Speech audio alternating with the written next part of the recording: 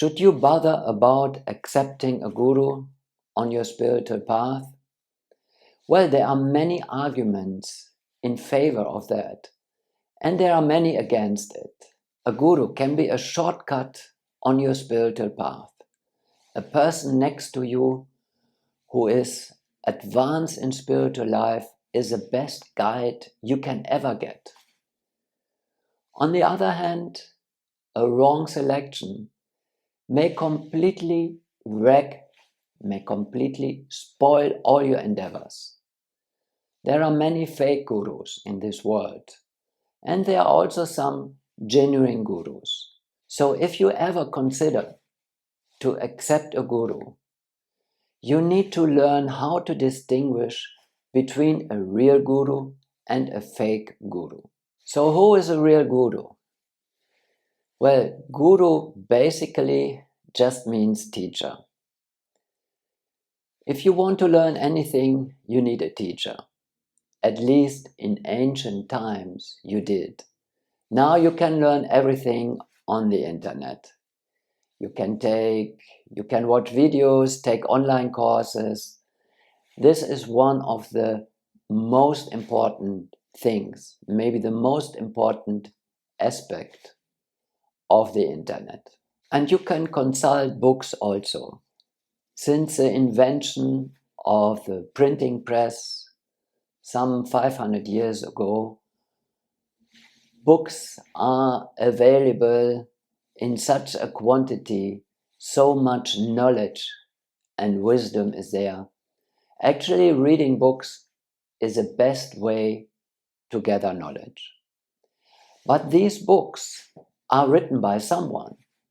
The videos you are watching on YouTube to learn something are done by someone.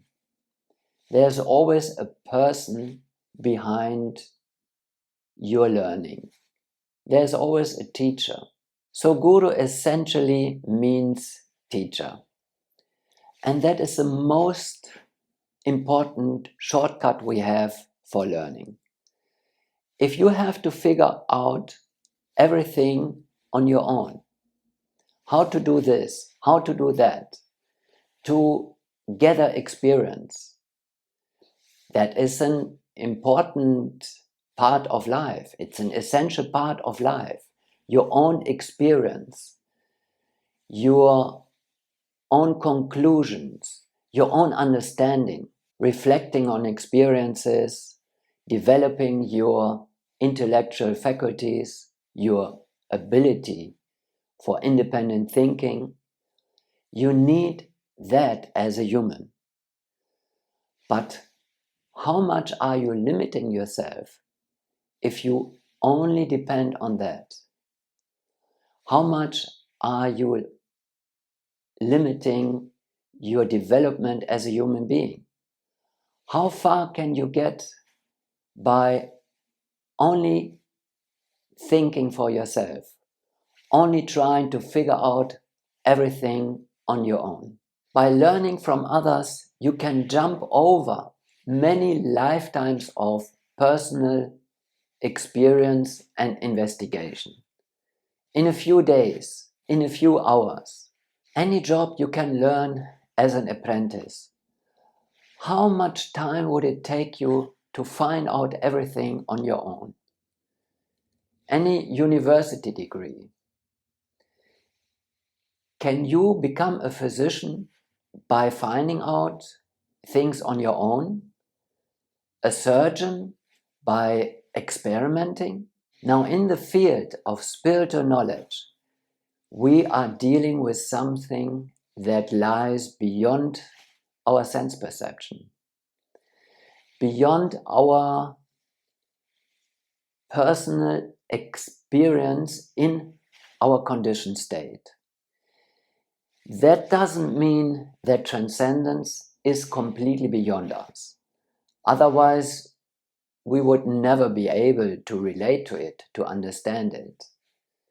A sensitive and sensible human being knows that there is a higher truth beyond the reach of our senses.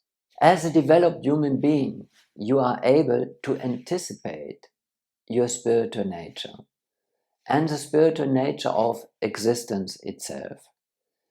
But how much further could you advance to a full understanding and experience of that if you could connect to a person who is established on the transcendental plane, who has left his ignorant, conditioned state completely behind him, but is still living in a human body, a person you can relate to. Now, you might be able to connect to higher beings, to angels or spirits, or even to God personally. But not everyone can do that. So an earthly companion who is further advanced spiritually than you can be a great help on the spiritual path. Unfortunately, on the spiritual path, there are many cheaters. And as neophytes, we are not always able to distinguish a real guru from a fake guru. A fake guru will ruin your spiritual path. So let's be very careful. Let's try to understand what the distinctive qualities of a real guru are. A real guru cannot be entrapped in material illusion. A real guru must identify with his spiritual nature as a soul. He cannot identify with his body. He cannot be controlled by bodily urges. Now, every civilized human is able to control his physical urges to a certain extent. But if we are honest, if our senses really demand satisfaction, how much are we really able to control our behavior? That doesn't mean that a saint doesn't satisfy the basic needs of his body. You need your body on the spiritual path. So the body needs food, water, fresh air, shelter, movement, so many things.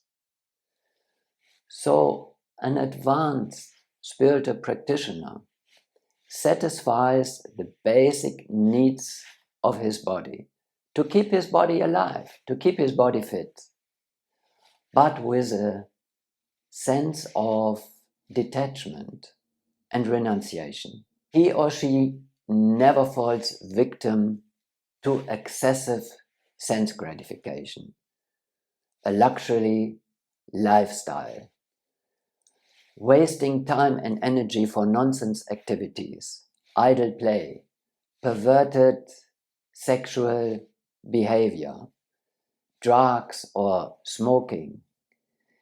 He would never exploit anyone for satisfying even his basic needs. He would never commit violence to any creature on this earth, to any living entity.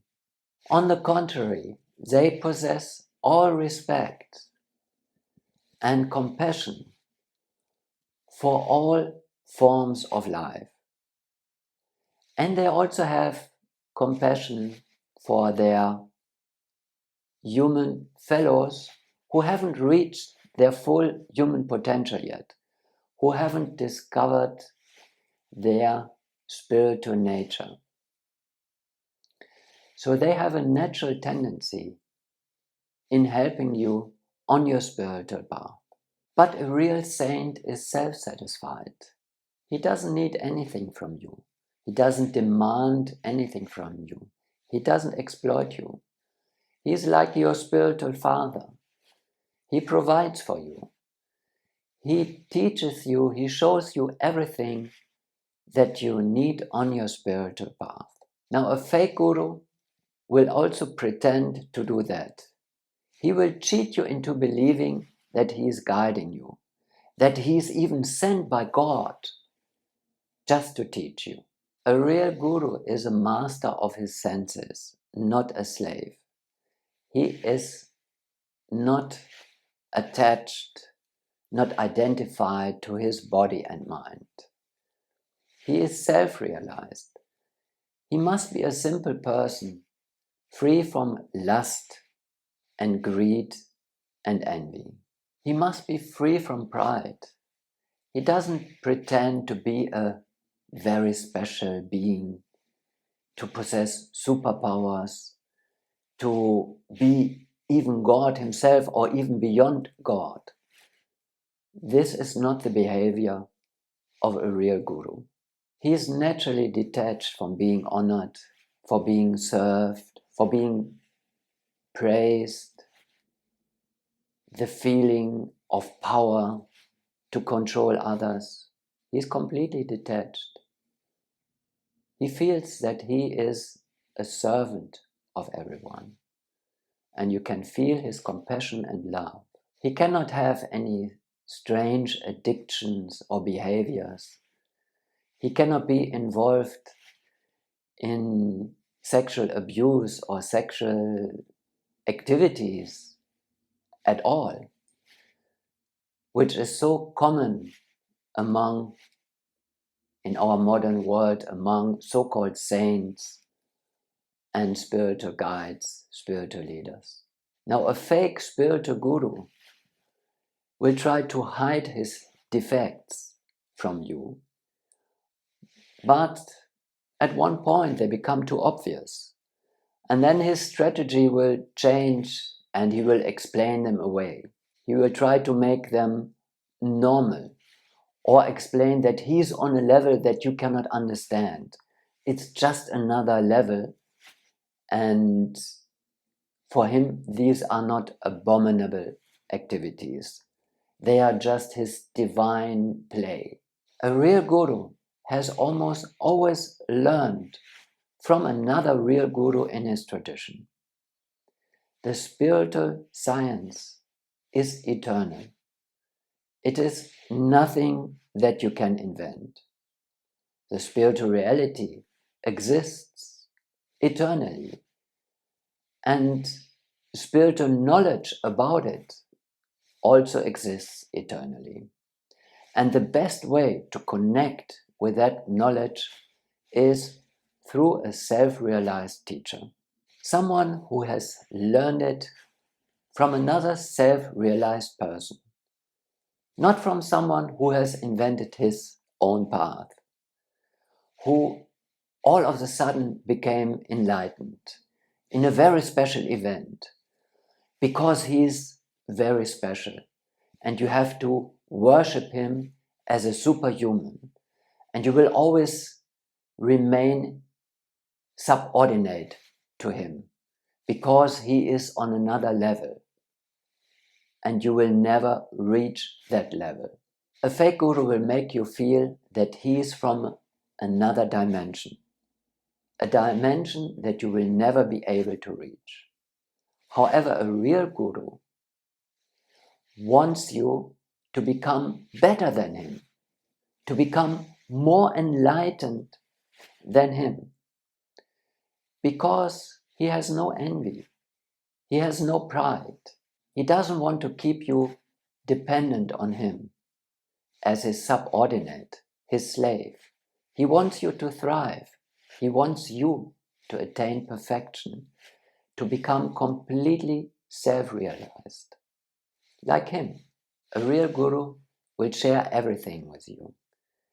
He will show you his own path. He will make you walk his own path. In his association, you will feel completely safe, without any anxiety, completely protected. He will explain everything to you in a way that makes sense to you. He will sharpen your intelligence, your vision. You are gradually overcoming illusion. You are overcoming your own pride, your own envy, your anger, your lust, your tendency for cheating others, or just cheating yourself. You become completely authentic. You become completely true to yourself, which is a precondition for finding your own true self, your inner nature as a soul. If you surrender to a fake guru who is a cheater himself, you will only learn how to become a better cheater, and you will never meet your true self. Because you cannot become authentic on the spiritual path by following a cheater. We human beings have the tendency to look for something cheap. But real spiritual life is never cheap. It requires your full dedication. It requires your whole being to be involved, to be fully involved. Spiritual emancipation cannot be attained by just belonging to a spiritual group, or by following a charismatic spiritual leader. It is your own commitment to a spiritual path, your own commitment to your true self, that will make you advance on a spiritual path. A charismatic fake guru might give you the feeling that your consciousness becomes elevated, that you attain supreme bliss. Yes, spiritual life can also be a dream. Spiritual life can just be another illusion. And you have to be true to yourself to be able to detect that. Don't accept charisma or big following as signs for competent spiritual leadership. Don't accept big words or promises from a charismatic guru or his followers. See for yourself. If your critical thinking, your independent thinking is shut down by a guru or his followers, that is not a good sign. If you are made dependent in any way inside that group or by that spiritual leader, that is not a good sign. Spiritual communities are very attractive for us because they offer an alternative for our cruel and rotten modern society. But they tend to make us blind for their own defects, or defects in their ideologies or their spiritual authorities. A fake guru will speak beautiful words, and he will also speak words that make a lot of sense to you. They have a lot of logic. There will be wisdom in his words, but never switch off your own intelligence. Never switch off your ability for critical thinking. We need critical thinking for everything in life, also for spiritual life. You need to be critical even with your own thoughts. It is important that you remain truthful to yourself. This is the most important driving force on your spiritual path. Faith and trust are very good, but they have to be earned by personal experience, by carefully building a relationship. In a relationship, before giving yourself, before fully submitting yourself to that relationship, make sure that you are not getting cheated. Of course, that risk is always there. And we have to take that risk.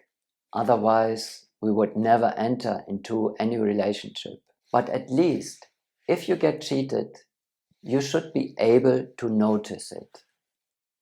Don't stay in an illusion for the sake of that illusion. Think for yourself. Be true to yourself. Take care.